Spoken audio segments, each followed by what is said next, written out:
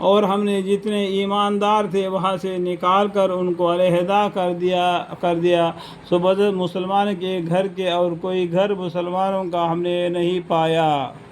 دیکھو ایک گھر تھا مسلمانوں کا، باقی کافروں تھے، اور انہیں اس واقعہ میں ہمیشہ کے واسطے ایسے لوگوں کے لیے ایک عبرت رہنے دی۔ یعنی ابھی بھی دنیا میں آپ شام کے ملک میں جاؤں گے تو مطلب سعودی طرف میں جہاں وہاں پر لوط علیہ السلام کے بستیاں ابھی بھی نظر آئیں گے جو الٹا سلٹ کر دی گئی تھی، جو دردناک عذاب سے ڈراتے ہیں۔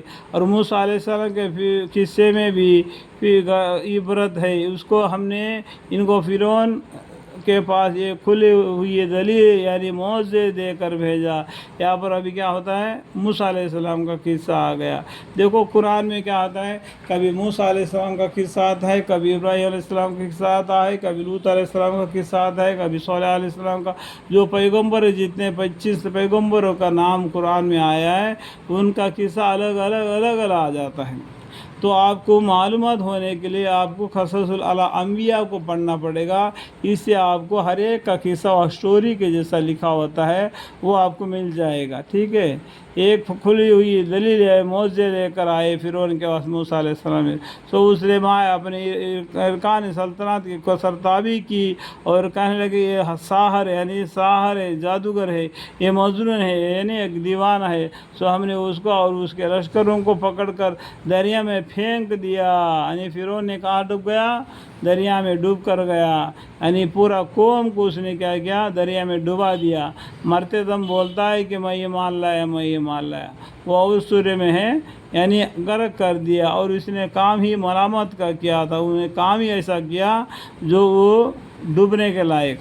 اور عاد کے اس کے بعد میں عاد کی قوم کی طرف کون آگے، ہود علیہ السلام آئے تھے، اور عاد کے قصے میں بھی عبرت ہے۔ اس کو ہم نے ان پر نامبارک آندھی بھیجی، جس چیز پر گزرتی تھی، یعنی ان اشیاء میں سے جن کے ہلاک کا حکم تھا اس کو ایسا کر چھوڑتی تھی کہ جیسے کوئی چیز گل کر ریزہ ہو جاتی ہے۔ اس طریقے عاد کے طرف یعنی ہود علیہ السلام کی قوم ہے جو عاد ہے، ان کے طرف اس طریقے سے ہوا بھیج دی تو وہ کیا کہ جس چیز پر گزرتی یعنی ان اشیاء میں سے جن کے ہلاک کا حکم تھا اس کو ایسا کر چھوڑتی جیسا کہ کوئی چیز گل کر ریزہ ہو جاتی ہے۔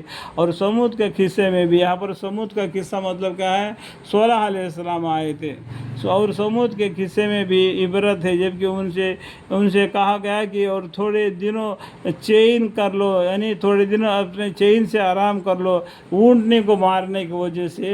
تو صالح علیہ السلام نے بول دیا ان کو تھوڑے دنوں چین سے کر لو۔ سو اس ڈرانے پر بھی ان لوگوں نے اپنے رب کا حکم سے سرکشی کی، سو ان کو عذاب نے آ لیا، اور وہ اس عذاب کو آثار کو دیکھ رہے تھے۔ سو نہ تو کھڑے ہوئے ہو سکے اور نہ ہم سے بدلہ لے سکے۔ اللہ تعالیٰ نے ان کو بھی برباد کر دیا، جو اونٹنی کو مارنے کی وجہ سے۔ صالح علیہ السلام کی قوم جو سمود تھے، سمود اور ان کے خاندان والے، اور ان سے پہلے قوم نوح علیہ السلام کا بھی یہی حال ہو چکا تھا۔ نوح علیہ السلام کا قصہ کے بارے میں بولتے، دیکھو میں ابھی آپ کو بتا دیا، نہیں قرآن میں کیا کیا، ہر پیغمبر کا تھوڑا تھوڑا وہاں پر آ جائے گا۔ جو نیا پڑھتے ہیں تو اس کو کچھ سمجھ میں نہیں آتا ہے کہ قرآن کیا ہے، اس سے کیا ہے کہ ڈر کے ہمارے پیچھے ہٹ جاتا ہے۔ قرآن کا معنی پڑھنے سے پہلے قصص الانبیاء کو پڑھے گئے تو آپ کو کچھ حد تک دماغ میں یہ بات آ جائے گی۔ وہاں پر ابھی نوح علیہ السلام کا قصہ آ گیا تو آپ نوح علیہ السلام کا قصہ قصص الانبیاء میں پڑھے ہوں گے تو آپ کو معلوم ہوگا کہ ان کا پورا ہسٹری کیا ہے۔ اور ان سے پہلے قوم نوح علیہ السلام کا یہی حال ہو چکا تھا، یعنی اس سبب سے کہ وہاں بڑے نافرمان لوگ تھے۔ نوح علیہ السلام کی قوم نافرمان تھے، بڑے نافرمان تھے، اتنا نافرمان تھے کہ اگر نوح علیہ السلام نے ان کو پکار کر بلائے تو کانوں میں انگلیاں دیتے تھے تاکہ ان کا بات نہ سنے۔ اور وہ کشتی بنا رہے تھے تو دنیا غرق ہونے والا ہے، پانی میں ڈوبنے والا ہے، تو وہ نوح علیہ السلام کے طرف دیکھ کے یہ لوگ ہنستے، نوح علیہ السلام ان کے طرف دیکھ کے ہنستے۔ یہ لوگ انجام سے ڈرے نہیں، انجام کیا ہوگا اس کے بعد میں، اس بات کو یہ جانتے نہیں، اس لیے ہنس رہے۔ نوح علیہ السلام کو معلوم ہے اس کے بعد میں کیا ہونے والا ہے ان کا حالت، یہ ان کے طرف سے ہنس رہے تھے۔ اس طریقے سے ان کا گزارا ہو گیا اور سیلاب آ گیا، پانی زمین سے بھی ابلنا شروع ہو گیا، آسمان سے بھی پانی برسنا شروع ہو گیا، سبھی کو بالکل پانی میں ڈوب کر مر گئے۔ اور نوح علیہ السلام کے ساتھ جو کشتی میں سوار تھے اسی سے اور دنیا آگے بڑھا، یعنی آدم علیہ السلام سے لے کے نوح علیہ السلام تک کا جو قوم تھے سبھی نے اس پانی میں غرق ہو گئے۔